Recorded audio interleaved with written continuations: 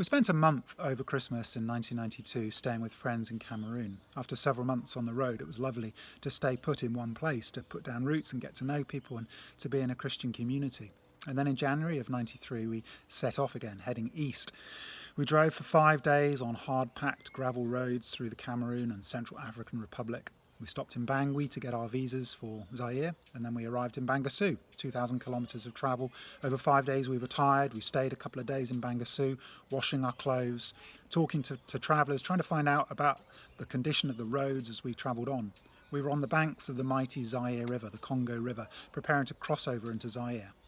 When we were back in the UK preparing for the trip, we knew that the two big challenges for us were linking up North Africa and West Africa, crossing the Sahara, and we'd already encountered this, and then linking up West Africa with East Africa, travelling through the mighty rainforests of equatorial Africa, Zaire in particular. We also knew that there were challenges in terms of politics. People had told us that this was the worst possible time to cross Africa. Now I've got about 100 books on Africa on our bookshelves, and as I read them, some of the most difficult books to read are the books about Zaire. This is a country that's the biggest geographical country in Africa. It's the size of Western Europe. People consider it to be the wealthiest country in the world in terms of natural resources, and yet it's a nation that has been ruthlessly exploited by so many nations and so many people. And as I've read history books, I realise that nobody really seems to come out of history with any honour when it comes to Zaire. Whether it's the Belgians, when it was a time of being a Belgian colony, whether it's the British during the time of slavery, whether it's America in recent history in their backing of President Mobutu, and the assassination of Lumumba, the first elected Prime Minister, an armed coup. And for 30 years, Mobutu had been propped up in power during the time of the Cold War. And when we arrived there in 1993, Mobutu was still in power, deeply unpopular in many parts of the country, yet clinging on to power, using the military to back him up. It was a time of economic hardship. Over 3 years there had been massive devaluation of the currency. The Zaireos had gone from 20 to a single dollar 3 years earlier to 2.5 million to $1 3 years later. And Mobutu had been printing 5 million Zaireos notes to pay the army.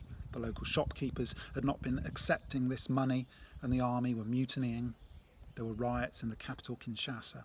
As we listened to our shortwave radio every night and listened to the focus on Africa and listened to what was lying ahead of us, we heard with nervousness what was happening in the capital. We heard that 1,000 people had been killed. We heard that the French ambassador had actually been shot while he was on his balcony looking at the riots. We heard that French Marines had landed in the capital and were evacuating French nationals, that the Belgian army was in the Congo-Brazzaville preparing to evacuate Belgians. And so there we were, on the banks of the Zaire River, preparing to cross over into Zaire. And so this story really is about God's protection.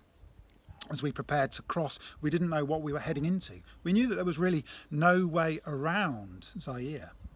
We couldn't ship our vehicles around the problem. We were in the heart of Africa, right in the middle of Africa.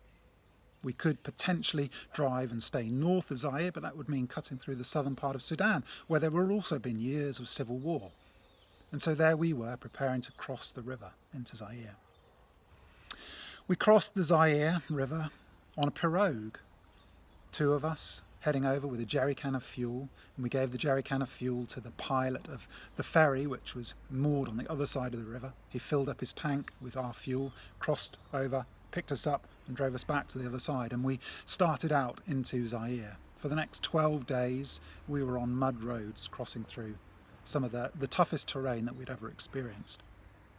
In our minds, the biggest challenge for us was police, soldiers, roadblocks. We were apprehensive. We were praying constantly. We were praying morning and night. And amazingly, it felt like we were hidden away. We were isolated. For the first 3 days, we did not see a single vehicle. We didn't see any police on the roads. We only saw 10 expats, 10 foreigners in our whole 12 days in Zaire, and they were all Catholic priests. We hardly saw any soldiers. We had far more problems at roadblocks in places like Cameroon and Nigeria and Algeria, where daily we were being stopped by roadblocks, where we often had soldiers leaning through the window with a machine gun, where we were being constantly pushed for bribes. But in Zaire, in a strange way, it felt like we were hidden. We were crossing quietly through the northeast of the country. Kinshasa was over 1,500 kilometres away. It felt like we were hidden away. There was a strange oppressiveness to the days in that we were driving through rainforest. We had very little view. We were closed in on all sides. The road was in terrible condition. It was a mud road. And yet, in the same way, that oppressive closed-inness seemed to shield us and hide us away. And we realised that God had protected us. I realised that many other people in the country did go through very difficult times then and in the years to come. But we were preserved as we drove through, and we were very grateful for that. And so, interestingly, what was the challenge for us was the soldiers actually wasn't a challenge. The real challenge was the condition of the road, the infrastructure, the challenges of driving.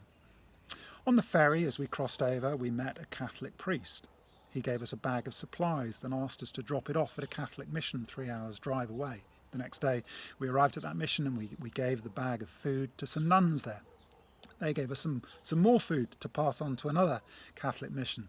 And over the 12 days, we stopped at 3 or 4 different missions. They were the only foreigners we met in the country, mostly Belgians and French.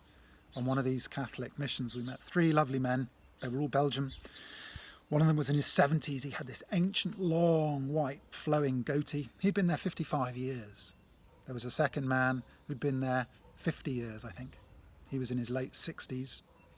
He'd been there since he was a young man. He had a kind of middle-length goatee. And there was a young man in 30s. They jokingly said he was the new man. He'd been there 15 years already. He had a reasonable-sized goatee. It was lovely to see people like this who had given their lives to serving in some of the most isolated places imaginable. As we drove each day, we discovered that the real challenge was the road. We had 4 or 5 big thunderstorms. The road was wet. It was mud. We got stuck in the mud numerous times. Fortunately, we had a winch and we were able to pull the vehicle out.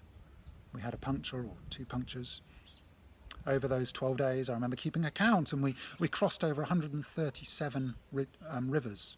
Many of those rivers had bridges, but those bridges were simply logs that had been felled, 5-metre long crossings and 2 logs spaced 5 or 6 feet apart, and 2 of us would stand on the logs in front of the Land Rover and beckon so the driver could see whether to inch slightly to the left or the right, and we had to carefully inch the Land Rovers across these crossings.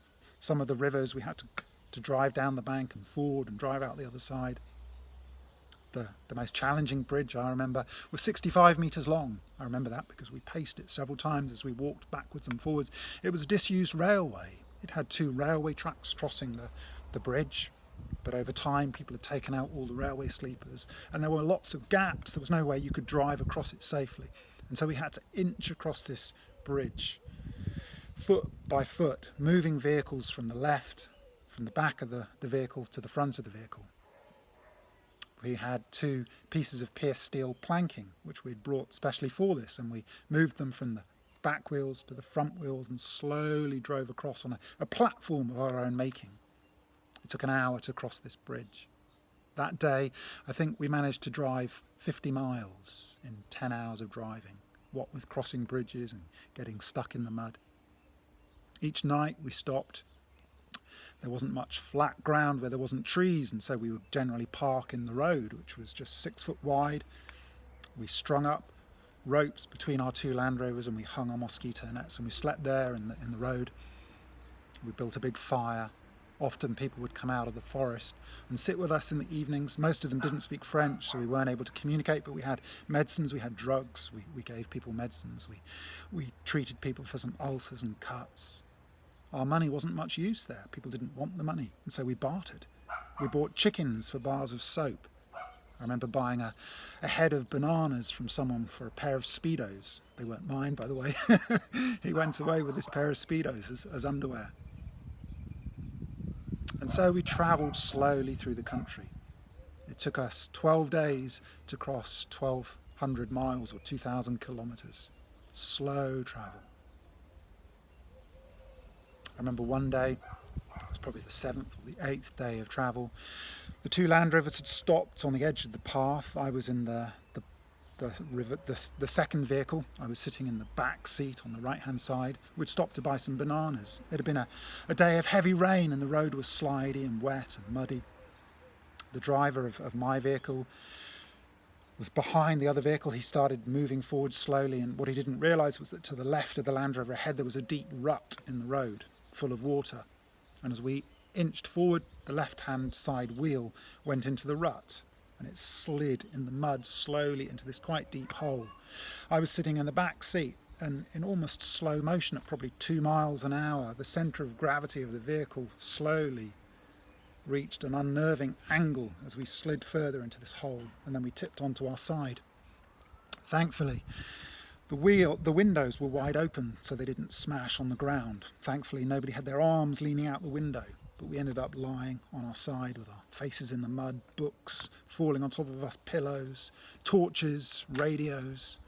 In that split second, I thought it was a disaster. I imagined that the axles were broken, something had happened to the vehicle. We climbed out of the windows above us. I could see the light up ahead. We climbed out, the four of us. The other vehicle had stopped and they were running back to us. We got out of the vehicle. We emptied some of the things out of the vehicle. Fortunately, Joshua, the vehicle with a winch, was the vehicle ahead. So Caleb was lying in disgrace on its side in the mud, and we reversed Joshua around. We unwound the winch. We put it around a tree to act as a fulcrum, a pulley, and then we tied it onto the roof rack, onto the exterior roll cage of the Land Rover, and slowly we inched this vehicle back up onto its four wheels. Amazingly, within half an hour of it tipping over, we had it back on its wheels. I'd heard the crack of glass as it hit the ground, but fortunately it was just the wing mirror broken. There was a couple of dents in the side doors, and we straightened those out when we took the panels off later that night and managed to smooth it out. There was no damage at all to the Land Rovers. We'd been really preserved. We were very thankful because we'd got into the bad habit of quite often one or even two people sitting on the bumper of the Land Rover as we were driving through Zaire. Our speed was so low, we were rarely doing more than 10, 15 miles an hour. We were stopping so often to cross bridges. Whenever we reached a deep rut or a hole full with water, one of us would get out and we'd wade through the water to check how deep it was, to make sure it was safe for the Land Rovers to drive through. And so we'd been sitting on the front of the bonnet for speed. Fortunately, at that point when we tipped over, everybody was inside the vehicles. And so we were protected from harm. There was another time, just as we were about to enter into Zaire, we were driving through the Central African Republic at quite a high speed on the good road. We had a large wooden plywood box on our roof where we stored things, and the wind somehow caught the box and it actually lifted it right off the roof rack and it smashed onto the road behind. We were always travelling in convoy, just 20 or 25 metres between the two vehicles. But thankfully, at that point, the Land Rover behind had just stopped to take a photo, and so this huge wooden box didn't smash into the Land Rover as it undoubtedly would have done. Times like that, we saw God's protection in an amazing way. And so we slowly travelled through Zaire. Inch by inch, it felt, some days just managing 50, 60 miles. We travelled through thunderstorms. We slept out at night. We bartered for our food. And after 12 days, we were finally nearing the Ugandan border. We stopped in a beautiful area, the Garamba National Park, which incidentally years later would become the haven for the notorious Lord's Resistance Army. But at that point, it was a relatively safe place to be. There were no tourists there. We spent 3 lovely days in the park. We crossed over a small river on a raft, pulling the Land Rovers across on a chain, drove around the park. There wasn't much game there. It was pretty Spartan, but it was a beautiful area of savannah. We saw some giraffe and elephants and different game. And we just had a time of peace and rest. And it felt like we were hidden away in this corner of Zaire. We were daily praying, we were daily listening to the radio, we were hearing what was happening in other parts of the country, and yet we just seemed to escape it. We seemed to slide quietly through the north of the country. We didn't see a single overland vehicle in those 12 days. We hardly saw any vehicles. We didn't see any tarmac. The only street lights we saw in 12 days were at the Catholic mission in one of the small villages. And so finally we arrived in Uganda. We'd been travelling for 3 weeks since Cameroon. We'd crossed 4,000 kilometres of some of the most difficult terrain, and we'd experienced protection and peace. The anxiety was real. The things that we were hearing from different parts of the country were real. but we'd experienced protection. And I looked back on that time as a time of incredible beauty. I remember driving through one part, and it was mile after mile of huge bamboos covering many, many square miles of land. These bamboos were huge. They were probably the thickness of my thigh.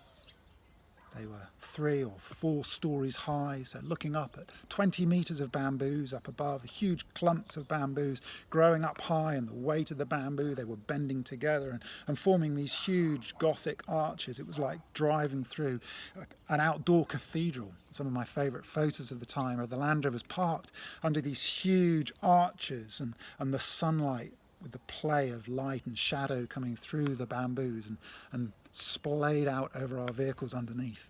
It was a place of incredible beauty, of massive nation, challenging infrastructure, incredibly friendly people, sacrificial Catholics serving in very difficult places. And we saw God's protection and God's provision in beautiful ways as we travelled through there.